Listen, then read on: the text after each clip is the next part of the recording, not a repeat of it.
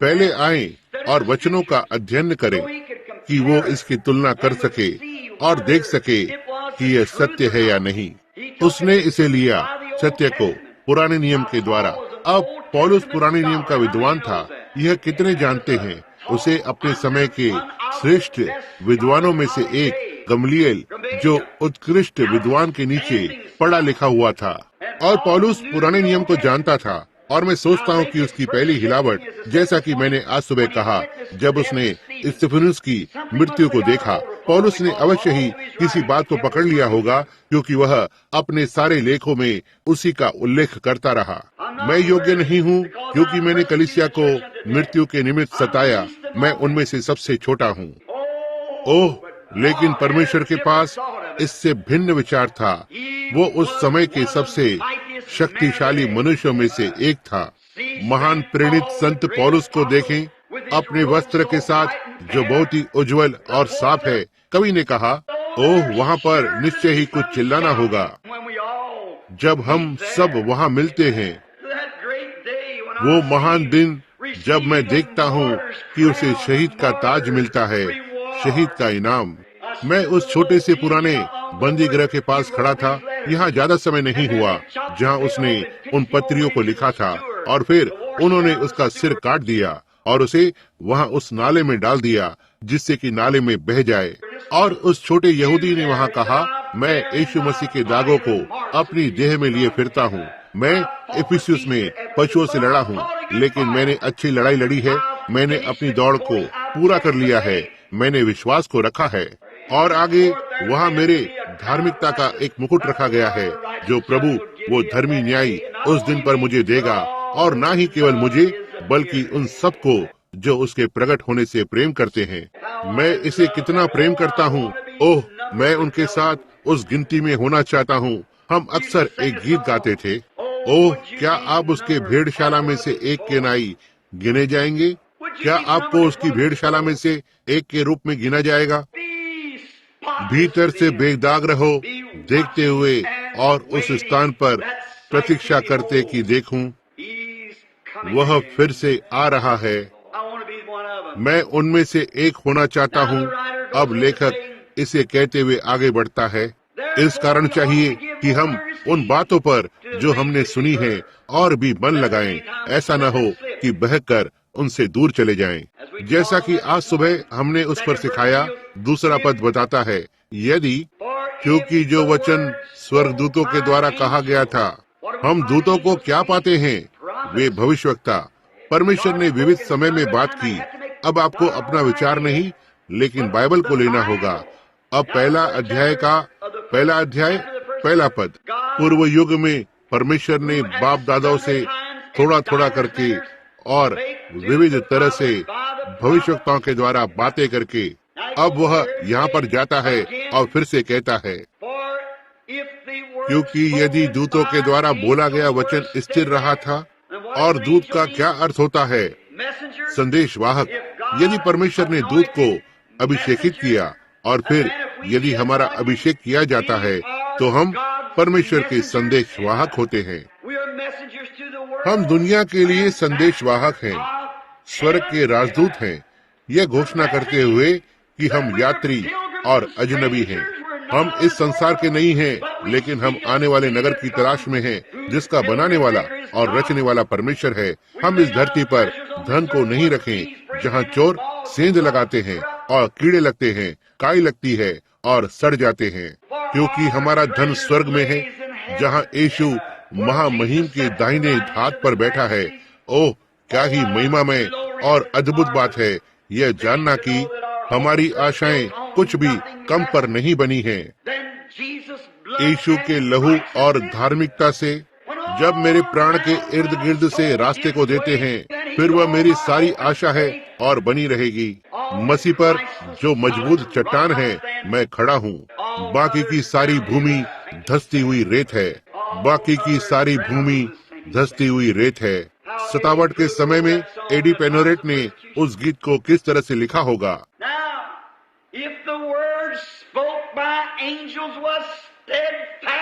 अब यदि दूतों द्वारा बोला गया वचन स्थिर था, जब परमेश्वर के संदेशवाहक ने वचन को बोला, ये बना रहा।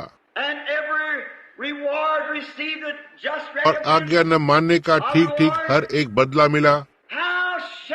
अब हम कैसे बचेंगे यदि हम मसीह को नहीं सुनते जो स्वर्ग से बोलता है? अब देखना, तो हम लोग ऐसे बड़े उद्धार से निश्चित रहकर क्यों कर बच सकते हैं, इस पर सोचें, जिसकी चर्चा पहले पहल प्रभु के द्वारा हुई। मसीह अपने कार्य को आरंभ करता है। उसने क्या किया, हम उसे देखते हैं। वो कैसे नम्र, दीन, किस तरह से वह एक धर्म ज्ञानी की नाई एक महान विख्यात व्यक्ति नहीं था, लेकिन वह नम्र, दीन, सज्जन था। वह एक जबरदस्त प्रचारक नहीं था। उसकी आवाज रास्ते में नहीं सुनी गई थी। लेकिन यूहन्ना गरजते हुए सिंह की नाई आगे गया। वो एक प्रचारक था।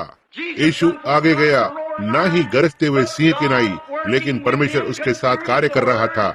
वचन की पुष्टि करते हुए परमेश्वर मसीह के साथ था। पेंटिकॉस्ट के दिन पतरस ने कहा, हे इजराइल के लोगों और तुम जो यहूदिया में रहते हो, नासरत का यीशु तुम में से परमेश्वर का स्वीकृत मनुष्य है। चिन्हों और चमत्कारों और अद्भुत कार्यों के द्वारा जो परमेश्वर ने उसके द्वारा तुम सबके बीच में किए, जिसके तुम सब गवाह हो। देखो कि कैसे उसने इसे उन पर बात को डाला। तुम्हें उसे जानना चाहिए। यीशु ने कहा, तुम ढोंगी हो। कहा, तुम बाहर जाकर और सूरज को देखते हो और तुम, ये लाल है और नीचा होता है। तुम कहते हो ये खराब मौसम होने वाला है, और यदि ये प्रकाशमान और उजला होता है या इत्यादि, तुम कहते हो मौसम अच्छा रहने वाला है। कहा, आप आकाश को परख सकते हो, लेकिन समय के चिन्हों को तुम नहीं समझ सकते, क्योंकि यदि तुम मुझे जानते होते तो तुम मेरे दिन को जानते। ओह, वह आज रात को क्या चिल्लाता, किस तरह से उसका आत्मा उसके प्रचारकों के जरिए से चिल्लाता। वो घड़ी नजदीक है। हम परखते हैं, हम परमाणु बमों को देखते हैं। हम जानते हैं कि क्लार्क गैबल की जगह कौन लेने जा रहा है और कौन ऐसा वैसा या इत्यादि करने जा रहा है, या उपराष्ट्रपति कौन होगा। हम इसमें रुचि को रखते हैं, लेकिन हम समय के चिन्हों को नहीं समझ सकते। हम अंत में हैं। यह क्या है? हम इन चीजों में बहुत दिलचस्पी रखते हैं। टेलीविजन की अगली श्रृंखला क्या होगी, सूसी क्या करने जा रही है, या उस महिला का नाम क्या है, और ऑर्थर गॉडफ्रे कहाँ जा रहे हैं, अगली बार वो किस प्रकार की हंसी मजाक से प्रभावित करने जा रहा है। हमने मसीही की नाई हमारे दिमाग को ऐसे बेहुदा बातों से भर दिया है, जबकि हमें कहीं तो प्रार्थना में होना चाहिए और बाइबल का अध्ययन करना चाहिए, ताकि उसके चिन्हों को जाने जिसमें हम रह रहे हैं। ये क्या करता है? बहुत सी बार कमजोर पुलपिट होता है। यह सही है, जो नीचे आकर और सुसमाचार के सत्य को नहीं लाते हैं। आने वाले दिनों में हमें इसका उत्तर देना होगा। हमें किसी भी चीज को अनदेखा नहीं करना चाहिए। और लोग, जैसा कि हम यहाँ इस ब्रैनम टैबरनेकल में हैं, ताकि चिन्हों और अद्भुत कामों और पुनरुत्थित मसीह की सामर्थ को देखें, और फिर इसे जानना कि हम हमारे समय को अन्य बातों पर लगाएं और प्रभु यीशु की आवाज को सुनने से अनदेखा करेंगे। हम कैसे बच निकलेंगे यदि हम इतने महान उद्धार को अनदेखा करते हैं? तीसरा पद या चौथा पद, यहीं पर हमने आज सुबह चौथे पद पर समाप्त किया। परमेश्वर भी उनकी गवाही को दे रहा है। ओह प्रभु, परमेश्वर उनकी गवाही को दे रहा है। वचन को ध्यान से सुनना, दोनों चिन्हों के साथ, चमत्कार और विविध अद्भुत कार्यों के साथ। विविध अद्भुत कार्य क्या है? विविध क्या है? विविध का अर्थ होता है बहुत से अद्भुत कार्यों के साथ परमेश्वर ने गवाही दी। हे परमेश्वर, मैं विश्वास करता हूँ कि यह आपके हृदय के अंदर उतर जाए। सुनना, मैं आपके पास्टरों में से एक हूँ, यहाँ पर भाई नेविल के साथ। मैं चाहता हूँ कि आप इसे लिख कर ले लें। बाइबल ने कहा, यदि तुम्हारे बीच में कोई उठ खड़ा होता है और वह ऐसा और ऐसा कहता है और ये बात पूरी नहीं होती, इसकी न सुनना, क्योंकि मैंने नहीं बोला है। परंतु यदि वो मेरे नाम से बोलता है और जो कुछ वह कहता है वह पूरा हो जाता है, तो इसकी सुनना। आमीन। क्योंकि मैं उस भविष्यवक्ता या प्रचारक के साथ हूँ, चाहे वो कुछ भी हो। यदि वो जो कहता है वह पूरा होता है तो उसकी सुनो। अब मित्रों, आइए हम उसकी सुने। पवित्र आत्मा हमारे बीच में बोल रहा है, विविध चमत्कार और चिन्ह और अद्भुत कार्यों को दिखाते हुए। आइए इसे ऐसे ही न जाने दें जैसे ये बस सामान्य बात घटित हो रही हो। आइए याद रखें कि यह यीशु मसीह है, वो कल, आज और हमेशा एक सा है, उसके वचन की पुष्टि करते हुए। हमें अवश्य ही इसे करना है। ओह, कृपया ऐसे करें। ध्यान दें, हर एक चीज को दूसरे स्थान पर होने दें, यहाँ तक आपका घर, आपका पति, आपकी पत्नी, आपके बच्चों को भी। जो कुछ भी ये हो, इसे दूसरे स्थान पर रखें। परमेश्वर को पहला स्थान दें। आप कहते हैं, भाई ब्रैनम, मेरे बच्चों से भी ऊपर, किसी भी चीज से ऊपर परमेश्वर को पहला स्थान दें, उसे पहले होने दें। एलिया एक दिन पहाड़ से नीचे उतरा। वह एक दूत था, एक संदेशवाहक, परमेश्वर का संदेशवाहक, अभिषिक्त। और उसने एक विधवा स्त्री को 2 लकड़ियों को उठाते हुए देखा। उसने कहा, जाओ, मेरे लिए कुछ रोटी को बनाओ और मेरे लिए थोड़ा पानी लाओ। और उसने कहा, जैसे तुम्हारा प्राण जीवित है, मेरे पास बस कुछ ही रोटी है या पर्याप्त गेहूं का आटा है, कुछ छोटी सी रोटी को बनाने के लिए, और मेरे पास बस इसमें डालने के लिए पर्याप्त तेल है, इसे मिला सकूं खस्ता करने के लिए, और मैं 2 लकड़ी को ले रही हूँ। पुराने समय का ऐसा तरीका होता था। यह भारतीय तरीका है। लकड़ी को एक दूसरे पर आड़ा तिरछा रखकर बीच से जलाते हैं और इसमें लकड़ियां डालते रहते हैं। इस प्रकार से बहुत सी आग सुलगाते हैं। कहा, और मैं अपने लिए और मेरे लड़के, मेरी बच्ची के लिए उस छोटी सी रोटी को बनाने जा रही हूँ, और हम इसे खाकर और मरने जा रहे हैं। वहाँ 3.5 वर्षों से अकाल पड़ा था, कहीं भी पानी नहीं था। उस कठोर बूढ़े भविष्यवक्ता ने उस स्त्री के चेहरे की ओर देखा। उसने कहा, जाकर पहले मेरे लिए एक रोटी बनाओ। क्या ही आज्ञा है एक पुरुष के लिए कि एक विधवा स्त्री से कहे, जो भूखों मरने पर है, कि पहले उसे खिलाए। उसने क्या कहा? क्योंकि यहोवा यो कहता है, आटे का डब्बा कभी भी खाली न होगा और न ही घड़ा सूखेगा, जब तक परमेश्वर धरती पर वर्षा को नहीं भेजता। पहले परमेश्वर, उसने भीतर जाकर उस छोटी सी रोटी को पकाया और आकर इसे भविष्यवक्ता को दिया। सीधे पीछे जाकर और एक और रोटी सेकी, और एक और रोटी, एक और रोटी, एक और रोटी, और आटे का डब्बा कभी भी खाली नहीं हुआ, घड़ा नहीं सूखा, जब तक परमेश्वर ने धरती पर वर्षा नहीं भेजी। उसने अपने बच्चों के पहले परमेश्वर को रखा। उसने परमेश्वर को किसी भी और चीज से पहले रखा। उसने पहले परमेश्वर के राज्य को लिया। परमेश्वर का आपके हृदय में अवश्य ही पहला स्थान होना है। आपके जीवन में पहला स्थान होना है। हर एक चीज में पहला स्थान। आप जो कुछ भी करते हैं या जो आप हैं, परमेश्वर अवश्य ही पहले होना है। वह दूसरा स्थान नहीं चाहता। उसे दूसरे स्थान पर रखना उचित नहीं है। वह सबसे अच्छा और पहला, और वो सब जो हमारे पास है, उसका हकदार है। वह इसका हकदार है। उसका पवित्र नाम धन्य हो। क्योंकि साथ ही परमेश्वर भी चिन्हों और अद्भुत कामों और नाना प्रकार के सामर्थ के कामों से वो गवाही को देता है, और अपनी इच्छा के अनुसार पवित्र आत्मा के दानों को देता है। ना ही मनुष्य क्या कहते हैं, कलीसिया ने क्या कहा, लेकिन परमेश्वर की इच्छा क्या है।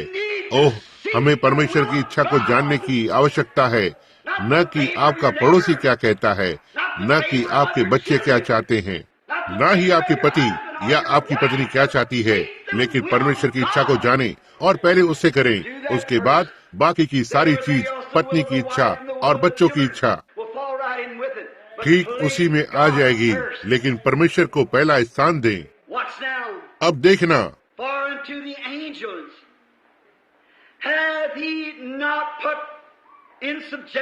क्योंकि उसने उस आने वाले जगत को, जिसकी चर्चा हम कर रहे हैं, दूतों के अधीन न किया। अन्यथा वे महान दूत जो स्वर्ग में सेवकाई करते हैं, जिब्राइल, मिकाइल, नागदोना, और 10,000 गुना 10,000 स्वर्ग के दूत या 10,000 भविष्यवक्ता जो धरती पर रहे हैं, उनमें से हर एक जन, उसने उनमें से किसी को कभी भी आने वाले संसार पर नियंत्रण करने के लिए नहीं रखा, जिसके बारे में हम बात करते हैं, एक को भी नहीं। उसने कभी नहीं कहा, यशाया तुम संसार को नियंत्रित करोगे। उसने संसार को कभी भी एलिया के अधीन नहीं किया, न तो उसने इसे जिब्राइल के सामने रखा या किसी दूत के, न ही किसी सेवकाई करने की आत्मा के सामने रखा। देखो उसने क्या कहा।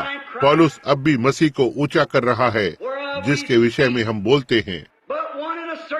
वरन किसी ने कहीं यह गवाही दी है कि मनुष्य क्या है कि तू उसकी सुधि लेता है, या मनुष्य का पुत्र क्या है कि तू उससे भेंट करे। तूने उसे स्वर्गदूतों से कुछ ही कम किया।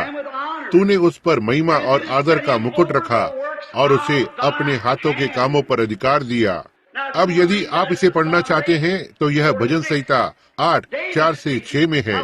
दाऊद बोल रहा है। अब उसने दाऊद को यहाँ क्या बताया, इससे बात ठीक वहाँ खत्म हो जाती है। क्या मैं भविष्यवक्ता पर आज सुबह सही था? उसने कहा, दूतों में से एक ने किसी एक स्थान पर कहा, दाऊद परमेश्वर का संदेश वाहक, परमेश्वर का दूत था, क्योंकि वह वचन का संदेश वाहक था। दूत ने कहा, दाऊद ने भजन संहिता में कहा, तूने उसे स्वर्ग के दूतों से थोड़ा नीचे किया है।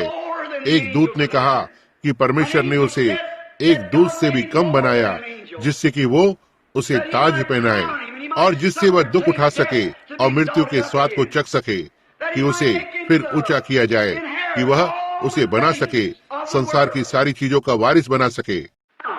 अभी मत्ती 28:18 में हम इसे पढ़ते हैं। उसके क्रूस पर चढ़ाए जाने और तीसरे दिन फिर से जी उठने के बाद वह अपने चेलों से मिला और उन्हें सारे संसार में जाने के लिए आज्ञा दी, ताकि हर एक प्राणी को सुसमाचार का प्रचार करे। उसने कहा, स्वर्ग और धरती पर की सारी सामर्थ मेरे हाथों में दी गई है। स्वर्ग की सारी सामर्थ, धरती की सारी सामर्थ मुझे दी गई है। यह क्या था? मनुष्य और परमेश्वर एक हो गए थे। लोगोस देहधारी हुआ था और मारा गया था और हमारे धर्मीकरण के लिए फिर से जी उठा, और तब वो अभिषिक्त इमैनुएल था, हमेशा और हमेशा के लिए। परमेश्वर ने अपने वास करने के स्थान को बदला, एक सिंहासन से उस और स्थानों में उसके पुत्र मसीह यीशु के हृदय में, ताकि रहे और हमेशा के लिए राज्य करे। परमेश्वर मसीह में था। वह आत्मा का अंतिम विश्राम स्थान है। आत्मा एक समय एक भवन में रहा, आपको ये पता है, तंबू के अंदर, और सुलेमान ने उसके लिए एक भवन बनवाया। लेकिन तो भी परम प्रधान हाथ के बनाए हुए घरों में नहीं रहता। लेकिन मैंने तेरे लिए एक देह को तैयार किया है। वहाँ प्रेरितों के काम की किताब पर 7वें अध्याय में जब वो बोल रहा था, तो उसने कहा, उन सभी ने इसे पहले से देख लिया। उन्होंने उसके लिए तंबू को बनाया जैसे मूसा ने किया। उसके पास तंबू था और उसमें संदूक को रखा, क्योंकि परमेश्वर दया के आसन पर था, वो वहाँ नहीं रहा था। तो ठीक है। फिर एक देह तूने मेरे लिए बनाई है, प्रभु यीशु मसीह की देह। उसे दूतों से भी नीचे बनाया, ताकि मृत्यु के स्वाद को चखे, और कोई नहीं, लेकिन वो उच्च का सर्वोच्च था, मसीह, शांति का राजकुमार, राजाओं का राजा, प्रभुओं का प्रभु, नक्षत्र के हर एक तारे का रचयिता। हे परमेश्वर, वह अपनी सृष्टि से भी नीचा बन गया, जिससे कि वह मनुष्य को छुड़ा सके, बेघर असहाय मनुष्य, और उनके लिए स्वर्ग में घर को दे सके। उसने स्वर्ग की महिमा को छोड़ दिया। उसने सबसे सर्वोच्च नाम को छोड़ दिया, जिसे बुलाया जा सकता था। और जब वह धरती पर था, तो मनुष्य ने उसे सबसे गिरे हुए नाम को दिया, जो वे उसे दे सकते थे। कहा, वो आरंभ से एक नाजायज बालक था, एक चरनी में जन्मा, एक बैल के जुए की पीठ पर के फटे कपड़ों में लिपटा हुआ। न ही जाने के लिए स्थान था, न ही जाने के लिए घर था। और उसे बाल जबूल बुलाया गया। शैतानों का मुखिया, उसके साथ दुर्व्यवहार किया गया, उस पर थूका गया, उसका मजाक उड़ाया गया, वह ठुकराया गया और सबसे नीचे स्थानों में चला गया और अपमानित किया गया। वैश्याओं का सबसे घिनौना यही है जो मनुष्य ने उसके साथ किया। लेकिन परमेश्वर ने उसे इतना ऊंचा उठाया कि उसे स्वर्ग को देखने के लिए नीचे देखना पड़ा। मनुष्य ने उसे सबसे नीचा स्थान दिया, उसे सबसे गंदा स्थान, सबसे गिरा हुआ नाम दिया। परमेश्वर ने उसे उठाया और उसे सर्वोच्च स्थान दिया और सर्वोच्च नाम को दिया। यही वो अंतर है जो मनुष्य ने परमेश्वर के पुत्र के साथ किया और परमेश्वर ने जो परमेश्वर के पुत्र के साथ किया। वह नीचे गिर गया जिससे कि हमें ऊंचा उठाया जा सके। वह हम बन गया जिससे कि हम उसके अनुग्रह में से होते हुए वो बन जाएं। वह बेघरों के पास आया और स्वयं बेघर हो गया जिससे कि हमारे पास एक घर हो सके। वह बीमारों के पास आया और आप ही रोगी हो गया था जिससे कि हम चंगे हो जाएं। वह पापी के पास आया और खुद पाप बना जिससे कि हम बच सकें। कोई आश्चर्य नहीं कि वह ऊंचा उठाया गया था। कोई आश्चर्य नहीं कि वह वही है जो वो आज रात है। परमेश्वर ने उसे ऊंचा किया और स्वर्ग और धरती की सारी सामर्थ उसी को दी गई है। जब उसका धरती पर का कार्य समाप्त हो चुका था, यहाँ धरती पर वह धरती पर आया। जैसे ही उसने समाप्त किया, भोर के तारे ने उसे परमेश्वर का पुत्र घोषित किया। उसने हर शैतान को हिला दिया जो उसके संपर्क में आया। प्रभु का नाम धन्य हो। उसकी उपस्थिति में शैतान कांपते और थरथराते थे और दया की भीख मांगते थे। जी हाँ श्रीमान, सारा नरक जानता था कि वो कौन था। वो नम्रता से चला। बरसात की रात को उसके पास सिर रखने की जगह नहीं थी। वही जानवर जिसकी उसने सृष्टि की, आकाश के पक्षियों के पास घोंसले होते हैं और लोमड़ियों के पास मांद होती है, लेकिन मनुष्य के पुत्र के पास अपने धन्य सिर को रखने की जगह नहीं है। निश्चय ही वो था। वह पाप बन गया, नीचा बन गया और त्यागा गया। लेकिन शैतान जानते थे कि वो कौन था। उन्होंने दया के लिए निवेदन किया। उन्होंने कहा, तुम हमारा समय आने से पहले हमें पीड़ा देने क्यों आते हो? और जबकि प्रचारक उसे बाल जबूल, भविष्य बताने वाला कहकर बुलाते थे, शैतान उसे जीवित परमेश्वर का पुत्र कहकर बुलाते और दया की भीख मांगते थे। ओह, हम कैसे केवल 1 मिनट रुक सकते? कुछ भी हो, तुम हो कौन? तुम्हारे पास जो काम है उसका क्या मतलब है? या उस छोटे से घर का क्या मतलब है जो हमारा है? हमारे पास जो कार है उसका क्या मतलब है? सुंदर छोटी लड़की, तुम नन्ही सी चीज, वह नन्ही सी दिखने वाली, अब तुम में क्या है? चमकीले चिकने बालों वाले, सीधे कंधों वाले नौजवान, तुम किसी दिन उम्र के साथ नीचे झुक जाओगे। लेकिन प्रभु धन्य है, आपके पास एक प्राण है जो फिर से जन्मा है। आप हमेशा और सदा के लिए जीवित रहेंगे क्योंकि वो आप बन जाता है कि आप उसके अनुग्रह में से होते हुए वो बन सको और आपके लिए जगह को बना सके। ओह, हम जो सोचते हैं कि हमारे पास बदलने के लिए कपड़े हैं और घर में कुछ किराने का सामान है, हम क्या हैं? परमेश्वर इसे एक क्षण में ले सकता है। तुम्हारी वही सांस उसके हाथ में है और वो हमारे बीच में बीमारों को चंगा करने के लिए, प्रचार करने और प्रमाणित करने और भविष्यवाणी करने के लिए है और हर समय सही या अचूक होता है। और यहाँ तक कि हमारे बीच में एक छोटी मरी हुई मछली को फिर से उसके जीवन में वापस लाने के लिए पर्याप्त चिंताशील है। यहोवा हमारे चारों ओर, यहोवा हम में है, वो महान और पराक्रमी मैं हूँ। जब वह मरा तो उन्होंने सोचा कि उनके पास वो था। वो अधोलोक में उठाया गया जब वह धरती पर से चला गया। उस दिन पर जब क्रूस पर चढ़ाया गया तो वह खोए हुए के क्षेत्रों में चला गया। बाइबल ने कहा, उसने जाकर उन प्राणों को जो बंदी गृह में थे उन्हें प्रचार किया, जिन्होंने नूह के दिनों में धीरज धरते हुए पश्चाताप नहीं किया था। जब वह मरा और उसकी आत्मा ने उसे छोड़ दिया तो वह फिर से लोगोस बन गया। उसने मैं देखता हूँ कहा, मैं परमेश्वर से आया हूँ, मैं परमेश्वर के पास वापस जाता हूँ। और परमेश्वर वो अग्नि का खंभा था जो जंगल में बच्चों की अगुवाई करता था। और जब वह यहाँ धरती पर था और जब वह मरा तो वह फिर से वापस एक प्रकाश में बदल गया। पौलुस ने उसे देखा और वह एक प्रकाश था। उनमें से किसी ने भी उसे नहीं देखा। उन्होंने पौलुस को गिरते देखा, कुछ तो उस पर चमका और यह एक प्रकाश था। पौलुस ने कहा, वह कौन है जिसे मैं सताता हूँ? उसने कहा, शाऊल शाऊल, तू मुझे क्यों सताता है? कहा, ये कौन है? उसने कहा, मैं यीशु हूँ जिसे तू सताता है, और यह तुम्हारे लिए कठिन है कि अधिकार पाए हुए लोगों के विरुद्ध आओ। उसके बाद उसने जाकर उस प्रकाश के विषय में अध्ययन किया। पौलुस वापस बाइबल में गया यह पता लगाने के लिए कि वह प्रकाश क्या था, और उसने इस पत्री को लिखा। वो वही यहोवा है, वही प्रकाश जो इजरायलियों के संतान के साथ जंगल में था, और जब पतरस बंदी गृह में था तो वो एक प्रकाश था जिसने अंदर आकर और द्वार खोल दिए, और उसके अनुग्रह से तो किसी के पास कोई बहाना नहीं होगा। ओह, यदि वे अनपढ़ संदेश वाहकों को भूल सकते हैं, और याद रखें, यह संदेशवाहक नहीं है, यह संदेश है। वो प्रकाश के स्तंभ के नाई हमारे साथ फिर से नीचे उतर आया है, और वो उन्हीं अद्भुत कार्यों और चिन्हों के साथ आगे बढ़ता है। बाइबल से बाहर कुछ भी नहीं, जो ठीक बाइबल के साथ बना रहता है, उसे अधीनता में रखते हुए, उसकी महिमा प्रकट करते हुए, उसकी सामर्थ्य को दिखाते हुए, उसका पवित्र नाम धन्य हो। मैं जानता हूँ कि आप सोचते होंगे कि मैं पागल हूँ, लेकिन ओह, वह धन्य अनंत विश्राम जो मेरे प्राण में है।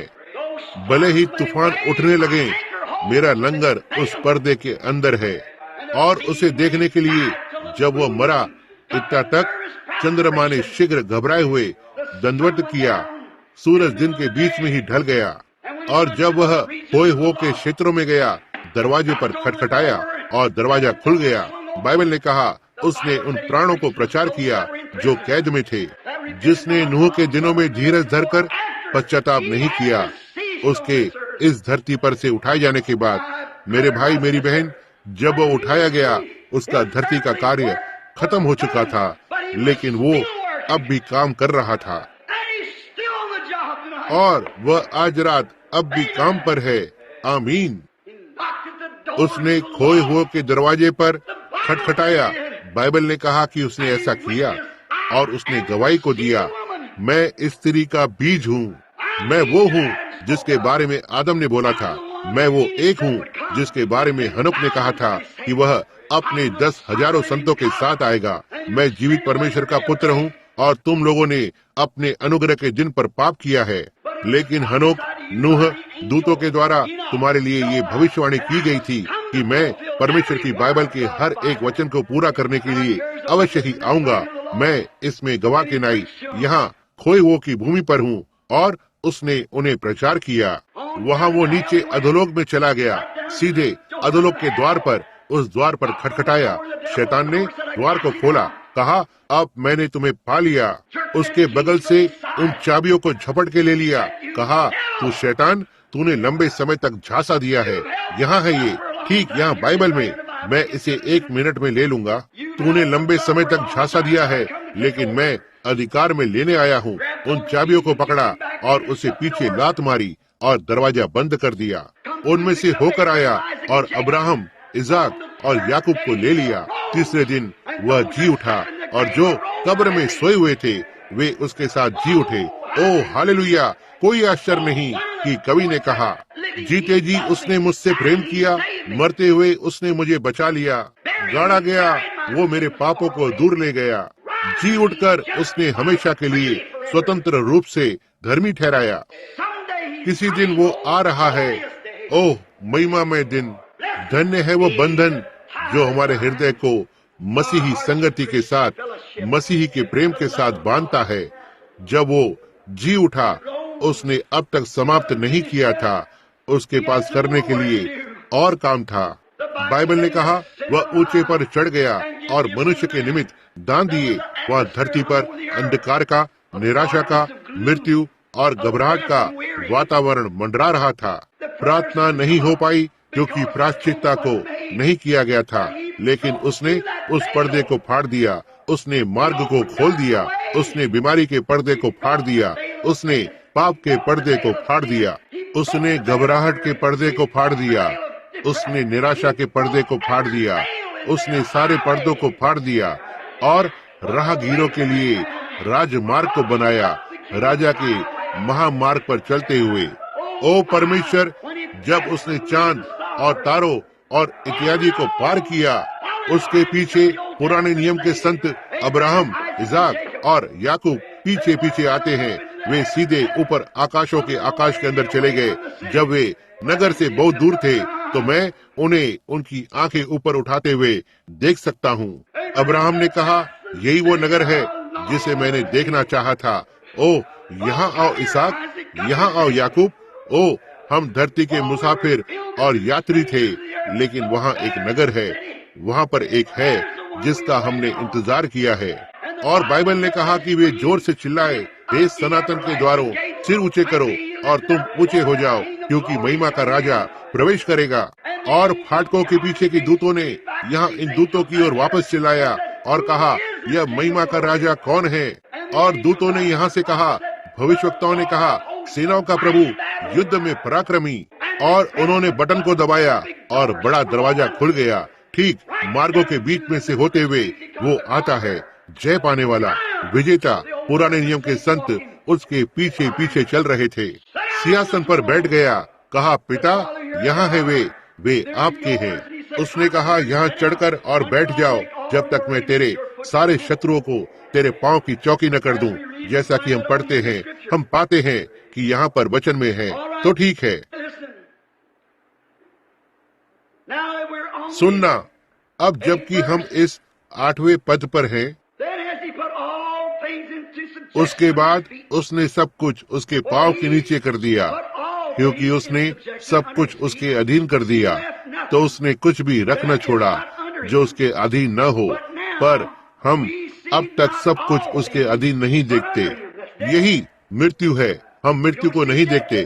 फिर भी क्योंकि हम अब भी मर रहे हैं, हम मृत्यु को देखते हैं। लेकिन 9वां पद, लेकिन हम यीशु को देखते हैं। आमीन। सुनना,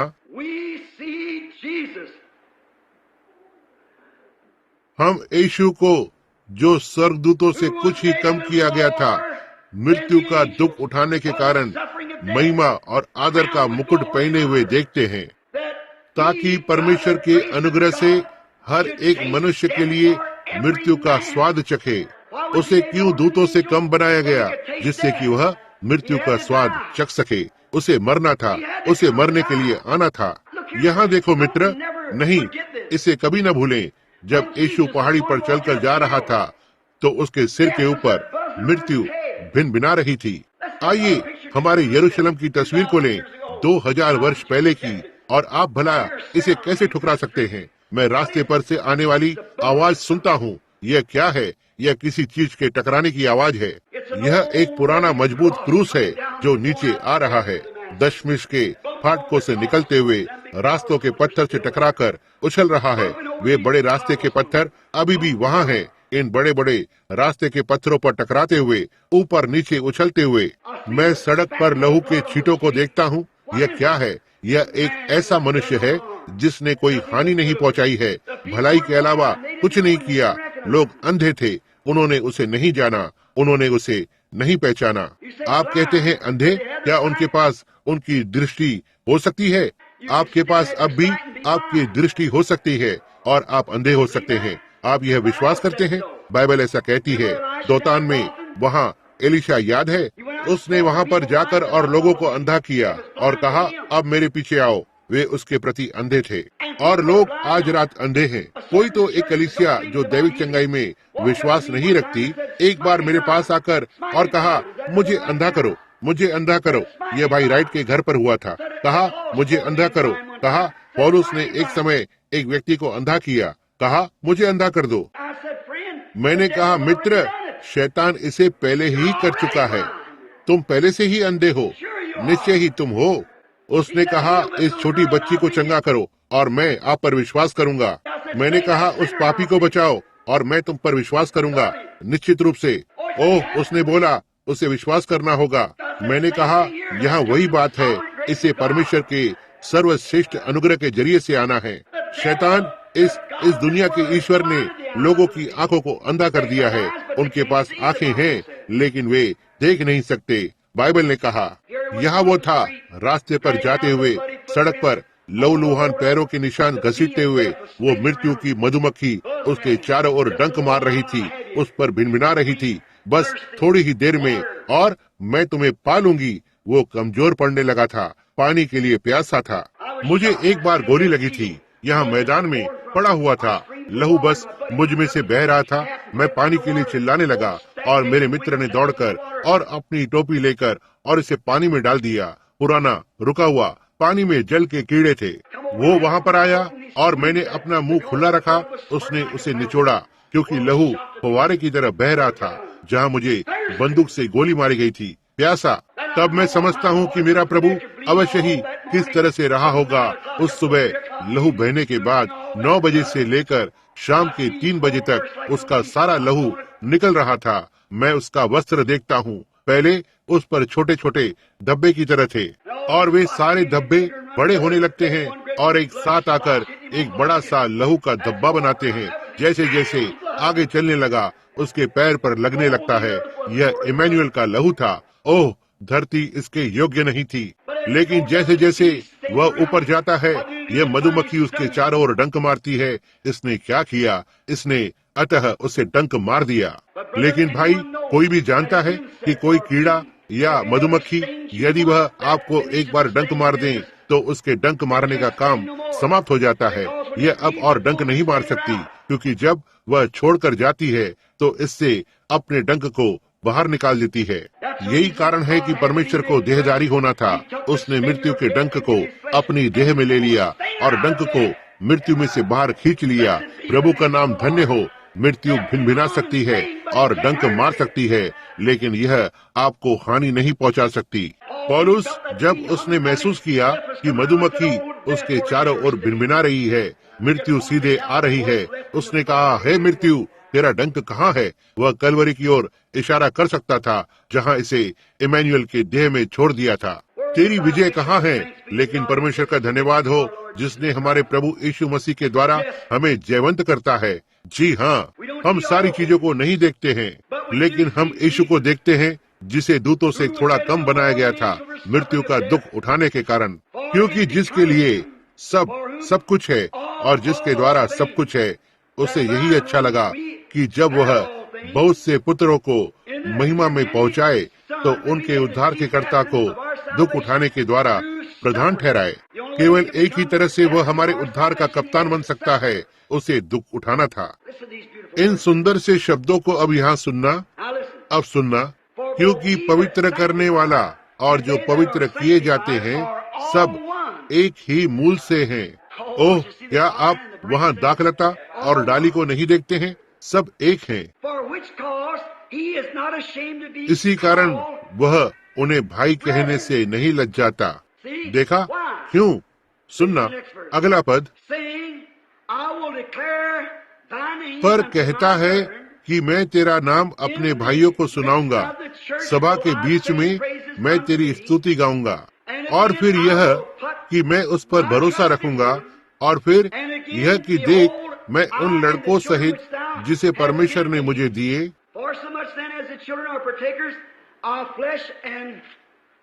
इसलिए जबकि लड़के मांस और लहू के भागी हैं, तो वह आप भी उनके समान उनका सहभागी हो गया, ताकि मृत्यु के द्वारा उसे जिसे मृत्यु पर शक्ति मिली थी, अर्थात शैतान को नष्ट कर दे, और उन्हें छुड़ा ले जितने, क्योंकि मृत्यु के भय के मारे हमेशा दासत्व में फंसे थे, उन्हें छुड़ा ले। मनुष्य हमेशा मृत्यु से डरा है। मसीह पाप बन गया, नीचा हो गया, ताकि मृत्यु को अपने ऊपर ले ले, और उसे हमारा भाई कहलाने में लज्जा नहीं आती, क्योंकि जैसे उसकी भी परीक्षा हुई वैसे ही हमारी परीक्षा होती है। और वह सकता है एक बिचवाई का सही प्रकार हो सकता है, क्योंकि वह उसी तरह की परीक्षा में खड़ा था जैसे आप खड़े होते हैं, और उसने आपका स्थान ले लिया, यह जानते हुए कि आप इसे स्वयं से नहीं ले सकते।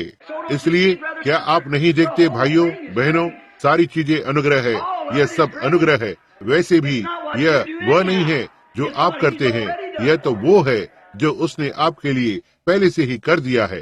अब आप अपने उद्धार के योग्य होने के लिए एक काम भी नहीं कर सकते हैं। आपका उद्धार एक दान है। मसीह पाप बन गया जिससे कि तुम धर्मी बन जाओ। और वह हमारे उद्धार के लिए सही प्रकार का एक मुख्य कप्तान है, क्योंकि उसने ठीक वैसे ही दुख उठाया जैसे हम उठाते हैं। उसकी वैसी ही परीक्षा की गई है जैसे हम परीक्षा में होते हैं, और उसे हमारा भाई बुलाए जाने में शर्म नहीं आती, क्योंकि वह जानता है कि हम किस बातों से होकर गुजर रहे हैं। ओह, उसका नाम धन्य हो।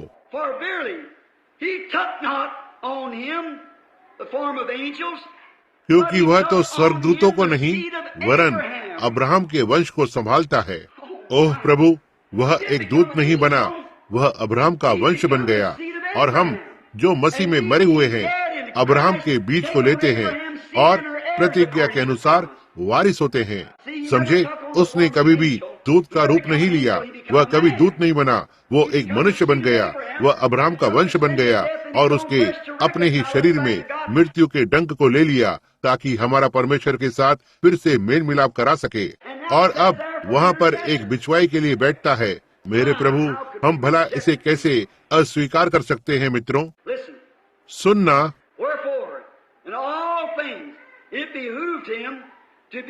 इस कारण उसको चाहिए था कि सब बातों में अपने भाइयों के समान बने, जिससे वह उन बातों में जो परमेश्वर से संबंध रखती है एक दयालु और विश्वास योग्य महायाजक बने, ताकि लोगों के पापों के लिए प्रायश्चित करे, ताकि वह मेल मिलाप करने वाला हो सके। देखो, वहाँ परमेश्वर और मनुष्य के बीच शत्रुता थी, और ना ही मनुष्य। उन्होंने दूतों भविष्यवक्ताओं को भेजा। वे आपकी जगह को नहीं ले सकते थे, क्योंकि उन्हें उनके खुद के लिए प्रार्थना करनी थी। वे जगह नहीं ले सके। तब उसने व्यवस्था को भेजा। व्यवस्था एक पुलिस वाला था जिसने हमें जेल में डाल दिया। यह हमें बाहर नहीं ला सका। उसने व्यवस्था को भेजा, उसने भविष्यवक्ताओं को भेजा, उसने धर्मियों को भेजा, और हर एक चीज को ये प्रायश्चित्ता को न कर सके, लेकिन वो नीचे उतर आया और हम में से एक बन गया। ओह मेरे प्रभु, काश हमारे पास ठीक अभी और समय होता। मैं आपको छुटकारे की उस व्यवस्था पर ले जाना चाहता हूँ, लेकिन हमारे पास समय नहीं है। लेकिन बस कुछ समय के लिए रूत और नाओमी में सुंदर तस्वीर है।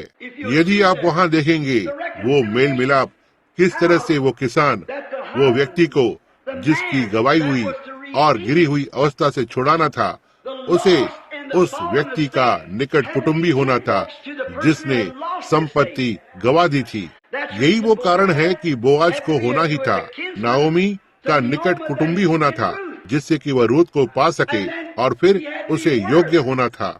उसे ऐसा करने में सक्षम होना था ताकि खोए हुए को छुड़ाए। और बोआज ने फाटक पर जूता पटक कर आम लोगों के लिए गवाही दी कि उसने नाओमी और उसकी सारी संपत्ति को छुड़ा लिया था और उसे उसका निकट कुटुंबी होना था।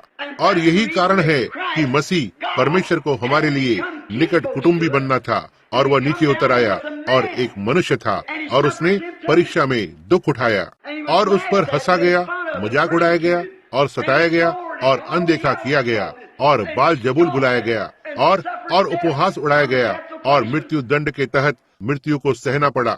देखा, उसे हमारा निकट कुटुंबी होना था। उस पर झूठा आरोप लगना था क्योंकि आप पर झूठे आरोप लगे। उसे बीमारी को सहन करना था क्योंकि आप बीमार हो। उसे पापों को सहन करना था क्योंकि यह आपके पाप थे, और उसे निकट कुटुंबी होना था। केवल इसी तरह से वह हमें छुड़ा सकता था। उसे हमारा निकट कुटुंबी बनना था। और वो किस तरह से निकट कुटुंबी बनता है? पापी देह के रूप को धारण करते हुए और हम में से एक बनते हुए, और उसमें उसने दाम को चुकाया और हमें छुड़ाकर वापस पिता की संगति में ले जाता है। ओह, क्या ही उद्धार करता है, शब्द इसे व्यक्त नहीं कर सकते। क्योंकि जब उसने खुद परीक्षा की दशा में दुख उठाया, और वह उनको भी सहारा दे सकता है जिनकी परीक्षा होती है। सहारा का अर्थ है सहानुभूति रखना। यही वो कारण है कि वो ऐसा बन गया है जिससे कि वह आपके साथ सहानुभूति रख सके, जो है आपके उतार और चढ़ाव में, और आपके छोटे छोटे अंदर और बाहरी, और आपकी परीक्षाएं इतनी बड़ी हो जाती है कि आप शायद इसे बर्दाश्त भी नहीं कर सकते हो।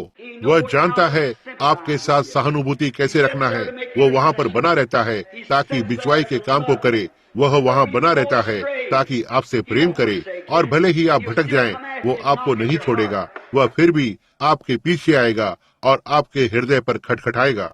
वहाँ इमारत में कोई पीछे हटा हुआ नहीं है, लेकिन क्या पता परमेश्वर हर रोज उनके हृदय पर खटखटाता हो, और वह इसे तब तक करेगा जब तक आप इस धरती पर मरणहार हैं, क्योंकि उसने आपसे प्रेम किया है, उसने आपको छुड़ाया है।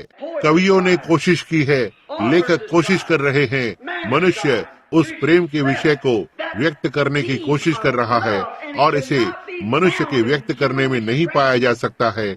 एक ने कहा, ओह परमेश्वर का प्रेम कितना भरपूर और शुद्ध है, कितना अथाह और गहरा, यह हमेशा के लिए बना रहेगा। संतों और दूतों का गीत, यदि हम स्याही से सागर भरते हैं और चमड़े के समान कागज के आकाश बनाए जाएं, धरती पर की हर एक डंठल एक कलम और हर एक व्यक्ति व्यवसाय से एक लेखक हो, ऊपर परमेश्वर के प्रेम को लिखने के लिए ये समुद्र को सुखा देगा, या क्या वो कागज में पूरा समा पाएगा? भले ही आसमान से आसमान तक फैला हुआ हो, आप कभी भी नहीं समझ पाएंगे। हमारे पास इसे समझने का कोई तरीका नहीं है कि किस तरह से वो महान बलिदान जो उसने किया, नीचे आकर और हमारा परमेश्वर से मेल मिलाप किया, तब उसने वापस जाकर और कहा, अब मैं तुम्हें अनाथ न छोड़ूंगा, मैं फिर से आऊंगा और तुम्हारे साथ रहूंगा, यहाँ तक कि तुम्हारे अंदर रहूंगा संसार के अंत तक। और आज हम यहाँ पर हैं, अंत समय में जी रहे हैं, उसी यीशु के साथ वही काम, वही चिन्ह, वही अद्भुत काम, वही उद्धार, वही आत्मा, उन्हीं कामों को करते हुए, वही सुसमाचार, वही वचन, वही स्पष्टीकरण, वही प्रकटीकरण, हर एक चीज वही। ये हमारे हित के लिए है कि हम इस महान उद्धार को अनदेखा ना करें, क्योंकि हमें किसी दिन हिसाब देना पड़ेगा कि हम परमेश्वर के पुत्र के साथ क्या करते हैं। वह आज रात आपके हाथ में है। पापी पीछे हटे हुए लोगों, आप उसके साथ क्या करने जा रहे हैं? आप कहते हैं तो ठीक है, मैं इसे जाने दूंगा, लेकिन याद रखें, आप ऐसा न करें। वह बिल्कुल ऐसा कोई तरीका ही नहीं है। यदि आप एक पापी हैं, तो आप इस भवन को छोड़कर वैसे ही बने रह सकते हैं। आप इसे नहीं कर सकते हैं। पिलातुस ने एक रात ऐसा करने की कोशिश की। उसने कुछ पानी मंगवाया और उसने हाथ को धोया, कहा, मेरा इससे कोई लेना देना नहीं है, मैं बस वैसा ही हूँ जैसा इसे कभी देखा ही नहीं। मैंने कभी भी सुसमाचार नहीं सुना, मैं इससे कोई लेना देना नहीं रखना चाहता हूँ। क्या वह इससे अपने हाथों से धो सकता था? वह नहीं कर सका। अंत में आप जानते हैं कि पिलातुस के साथ क्या हुआ? वो अपने दिमाग को खो बैठा और दूर स्विट्जरलैंड में, जहां हम पिछले वर्ष सुसमाचार को प्रचार कर रहे थे, अब एक पुरानी कहानी है जो बताती है कि वहां पर पानी का एक तालाब है, जहां हर वर्ष देखने के लिए दुनिया भर से लोग आते हैं। क्रूस पर चढ़ाए जाने के समय पिलातुस, उसने खुद को मौत के घाट उतार दिया, आत्महत्या करते हुए इस पानी में कूदकर और खुद को डुबा दिया। और हर वर्ष उसी दिन पर उस तालाब से नीला पानी उबलने लगता है। यह दिखाता है कि परमेश्वर ने पानी को अस्वीकार कर दिया। पानी कभी भी यीशु के लहू को आपके हाथों से या आपके प्राण से नहीं धो सकता है। वहाँ इसे करने का केवल एक ही तरीका है, वह है इसे अपनी व्यक्तिगत क्षमा के नाई स्वीकार करना और परमेश्वर के साथ मेल मिलाप करना। आइए प्रार्थना करें। स्वर्गीय पिता, हम आज रात आपको वचन के लिए धन्यवाद देते हैं, क्योंकि विश्वास सुनने से और सुनना वचन से होता है। हम आपको यीशु के लिए धन्यवाद देते हैं, और जैसा कि हम इस महान दिन को देखते हैं जिसमें हम रह रहे हैं, किस तरह से चिन्ह और अद्भुत काम होते हैं, हम भला कैसे इन चीजों को जाने देते हैं। परमेश्वर, आज रात इस आराधनालय में लोगों की आंखों को खोले, जिससे कि वे देख सकें और समझ सकें कि हम अंतिम समय में हैं। समय शीघ्रता से निकल रहा है। हमारे पास यहाँ रहने के लिए अधिक समय नहीं है, और हमें यीशु को देखना होगा, और हमें विश्वासघाती समझा जाएगा, क्योंकि कोई बहाना नहीं है। आज सुबह को जब आपने उस मनुष्य के उस महान, अति महान दर्शन को दिया, जो दूर उस ओर देश से आ रहा है, उसे देखने के लिए संदेह की छाया से परे उस व्हील चेयर से उठकर उसकी दृष्टि को प्राप्त करता है, उसके पैर मजबूत बन जाते हैं, वहाँ इस इमारत में से होते हुए आनंदित होता है और परमेश्वर की स्तुति करता है। यह दर्शाता है कि परमेश्वर अब भी इन पत्थरों से अब्राहम के लिए संतान को खड़ा करने में सक्षम है। दर्शनों को देखना, जैसे यीशु ने कहा, मैं तब तक कुछ नहीं करता जब तक पिता मुझे नहीं दिखाता, मैं कुछ भी नहीं कर सकता। अंधा व्यक्ति उसके पीछे पीछे आया और कहा, हम पर दया करें। उसने कहा, उनकी आंखों को छुआ और कहा, तुम्हारे विश्वास के अनुसार ऐसा तुम्हारे लिए हो। अब प्रभु, हम यीशु को देखते हैं, हम सारी चीजों को नहीं देखते हैं। हम देखते हैं कि हम अभी भी हमें के संतों को कब्र में ले जाते हैं और एक दूसरे की कब्र पर चलते हैं, लेकिन हम यीशु को देखते हैं जिसने प्रतिज्ञा को किया था। हम उसे अपने साथ देखते हैं, न ही कब्र में यीशु, न ही 2000 वर्ष पहले का यीशु, लेकिन यीशु आज रात यही हमारे साथ है। हम उसे उसकी सारी सामर्थ और चिन्हों और अद्भुत कार्यों में प्रकट होते हुए देखते हैं। परमेश्वर होने पाए हम इस महान उद्धार को कभी भी अनदेखा न करें, लेकिन होने पाए हम इसे अंगीकार करें और इसे स्वीकार करें और आदर करें और इसके द्वारा जिए उस दिन तक जब तक कि यीशु हमें घर ले जाने के लिए नहीं आता है। इसे प्रदान करें प्रभु, हम इसे उसके नाम में मांगते हैं। और जबकि हमने अपने सिरों को झुकाया हुआ है, मैं सोचता हूँ कि क्या आज रात इमारत में कोई व्यक्ति है पवित्र आत्मा की दिव्य उपस्थिति के नीचे जो कहे, भाई ब्रैनम, मैं मानता हूँ कि मैं गलत हूँ, मैं मानता हूँ कि मैं गलत हूँ। परमेश्वर ने मुझ पर मेरे पापों को प्रकट किया है और मैं जानता हूँ कि मैं गलत हूँ। मैं आज रात उसकी ओर अपना हाथ उठाऊंगा और दया के लिए मांगूंगा, परमेश्वर मुझ पर दया करें, मैं गलत हूँ। क्या आप ऐसा करेंगे? जबकि हम बस कुछ समय के लिए रुके हैं, यदि यहाँ कोई व्यक्ति है जो चाहता है बस कुछ ही समय में बपतिस्मा होने जा रहा है, और यदि आप पापी हो तो पश्चाताप करूंगा। आप भला ऐसे अतुलनीय प्रेम को कैसे ठुकरा सकते हैं? वो एक जो मरा, स्वर्ग का पवित्र परमेश्वर पाप से भरा मनुष्य बन गया, इसलिए नहीं कि उसने पाप किया, लेकिन इसलिए कि उसके पास तुम्हारे पाप थे और उन्हें वहाँ कलवरी पर सहन किया, और आप उस क्षमा को स्वीकार नहीं करेंगे? क्या आप इसे आज रात नहीं करेंगे?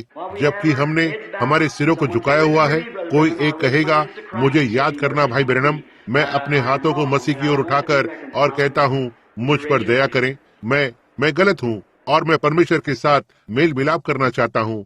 क्या आप अपने हाथ को उठाएंगे? तो ठीक है, यदि हर एक जन मसीही है तो आइए हम प्रार्थना करें। पिता, आज रात हम आपको धन्यवाद देते हैं कि यहाँ हर एक जन मसीही है, कि उन्होंने शांत बने रहकर गवाही को दिया है कि उनके सारे पाप लहू के नीचे हैं, और मैं इसके लिए बहुत आभारी हूँ। उन्हें आशीष देना प्रभु। ओह, मैं बहुत खुश हूँ कि उन्होंने लहू के बलिदान करने के जरिए से मेल मिलाप को पाया है। वचन को सुनने के द्वारा जल का धोया जाना, वचन के द्वारा यह हमें शुद्ध करता है। यह हमें सबसे महान स्थान पर लाता है, जहाँ पापी उसके घोर अंधकार के साथ होता है, उसे बर्फ के समान सफेद बनाता है। पाप के गहरे लाल रंग के धब्बे धुल गए हैं और हम मसीह में नई सृष्टियां हैं। इसके लिए हम आपको कैसे धन्यवाद दें। अब आगे बपतिस्मा की सभा आती है। मैं समझता हूँ कि इस युवती को आज रात यहाँ पर उसके प्रभु के नाम में बपतिस्मा दिया जाना है। हे स्वर्गीय पिता, हम प्रार्थना करते हैं कि आप इस युवती को आशीष देंगे। किस तरह से मेरा मन कुछ दिन पीछे की ओर चला जाता है, हेनरी विले में आते हुए, और उस प्यारी छोटी लड़की को सड़क पर यहाँ वहाँ चलते हुए देख रहा था। और आज रात वह एक माँ है, एक महिला है। उसने आपको अपने व्यक्तिगत उद्धारकर्ता के रूप में स्वीकार किया है। बालक के लिए जीवन कठिन रहा है प्रभु, हे परमेश्वर, लेकिन उसके लिए स्वर्ग निश्चित है, और हम आपको इसके लिए धन्यवाद देते हैं। हम प्रार्थना करते हैं परमेश्वर कि आप उस युवती को आशीष देंगे, और जब वह जल से बपतिस्मा लेने को आती है तो होने पाए आप उसे परमेश्वर के पवित्र आत्मा से भर दें। इसे प्रदान करें प्रभु, होने पाए उसका प्राण स्वर्ग में बस बहुत ही रोमांचित हो जाए। इसे आपकी महिमा के लिए प्रदान करें। हम इसे यीशु के नाम में मांगते हैं, आमीन। मैं प्रेरितों के काम का दूसरा अध्याय पढ़ना चाहता हूँ। पतरस पेंटिकॉस्ट के दिन पर बोल रहा है, पहला बपतिस्मा जो मसीही कलीसिया में कभी किया गया था। पतरस फरीसियों और अंधों को ताड़ना दे रहा था, परमेश्वर के पुत्र को नहीं पहचानने के कारण, इस पर बोलते हुए कि परमेश्वर ने किस प्रकार उसे जिलाया और उसके कामों को साबित किया बड़े चिन्हों और अद्भुत कामों के द्वारा। इसे सुनना, जब वो बोल रहा था वह यीशु को ऊंचा उठा रहा था। हर एक मसीह की आत्मा यीशु को ऊंचा करती है, न केवल आपके होठों के द्वारा बल्कि आपके जीवन के द्वारा। आपके होठ एक बात को कह सकते हैं, आपका जीवन कुछ और बता सकता है। यदि आप ऐसा करते हैं तो आप जानते हैं कि यह क्या है, यह ढोंगीपन है। और मैं बल्कि बजाय एक ढोंगी के, एक अविश्वासी के जैसे स्वर्ग का सामना करना चाहूंगा। मैं अपने मौके को बेहतर तरीके से लूंगा। मैं स्वर्ग में विश्वास करता हूँ, एक अविश्वासी की नाय बजाय एक ढोंगी होने के। मैं निश्चित रूप से, यदि आप यीशु के लिए गवाही देते हो और कहते हो वो उद्धार करता है, आप इस तरह से जीते हो क्योंकि लोग आपसे इसकी अपेक्षा करेंगे। ये सही बात है। आपको ऐसे जीना है जैसे एक मसीह को चाहिए। हम आज सुबह इसमें से होकर गए हैं।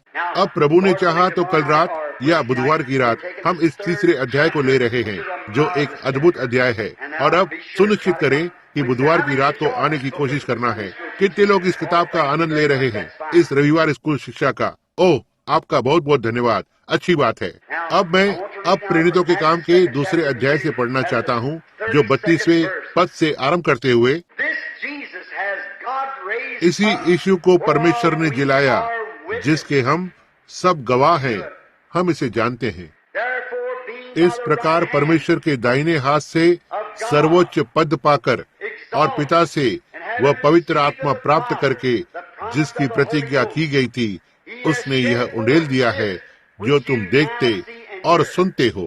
अब उसकी सुनना, जो दूतों में से एक दाऊद के विषय में बोल रहा है, क्योंकि दाऊद तो स्वर्ग पर नहीं चढ़ा, परंतु वह आप कहता है कि प्रभु ने मेरे प्रभु से कहा, मेरे दाहिने बैठ, जब तक कि मैं तेरे बैरियों को तेरे पांव तले की चौकी न कर दूं। दाऊद ऊपर नहीं जा सका। वह बछड़े और बकरियों और भेड़ और बकरियों के बहाए हुए लहू के नीचे था, लेकिन अब वह उठ सकता है। वो प्रभु यीशु के लहू के नीचे था, क्योंकि वे उस लहू का केवल तभी उत्तर देते हैं जब ये बलपूर्वक आता है। जब मसीह का लहू बलपूर्वक आता है, वे सारे जो भले काम के लिए मरे थे, वे सब जी उठे। ये सही है, और महिमा में उठाए गए। अब सुनना, अब इजराइल का सारा घराना निश्चय जान ले, इस बात को सुनना कि परमेश्वर ने उसी यीशु को, जिसे तुमने क्रूस पर चढ़ाया, प्रभु भी ठहराया और मसीह भी।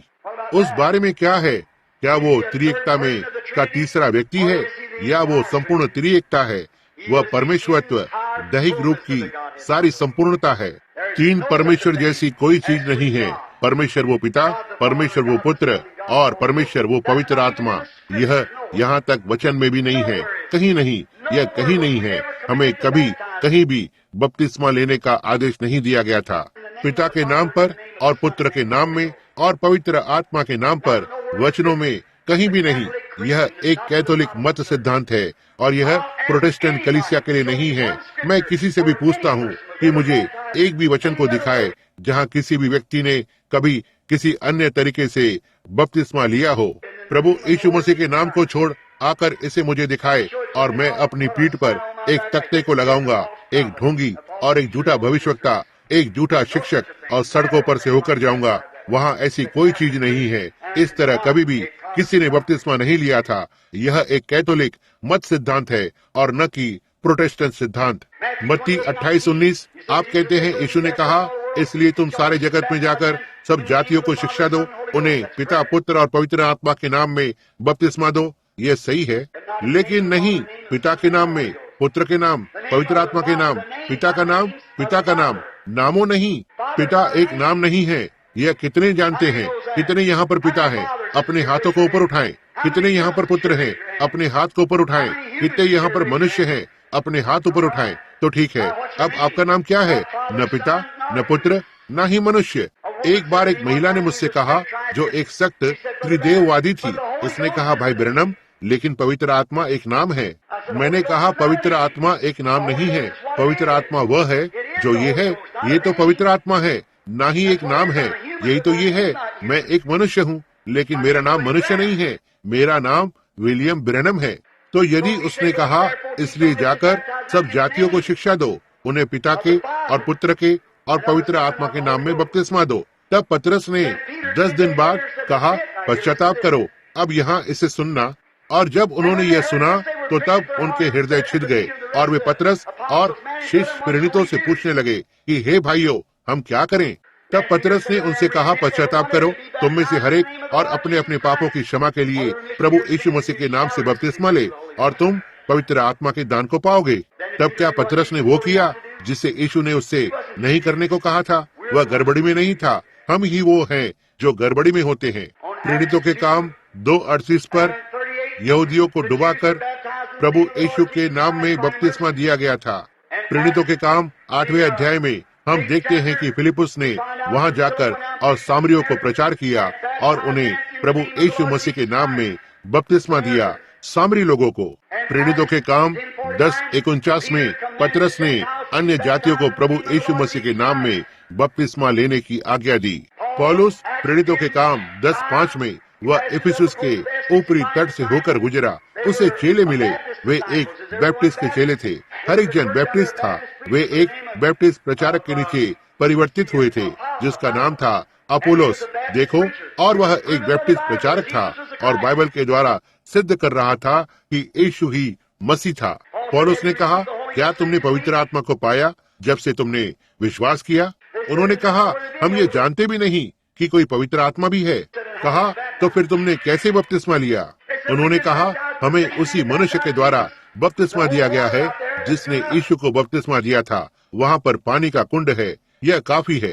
पौलुस ने कहा, यह अब काम नहीं करेगा, आपको फिर से बपतिस्मा लेना होगा। और पौलुस ने उन्हें प्रभु यीशु मसीह के नाम में फिर से बपतिस्मा लेने की आज्ञा दी।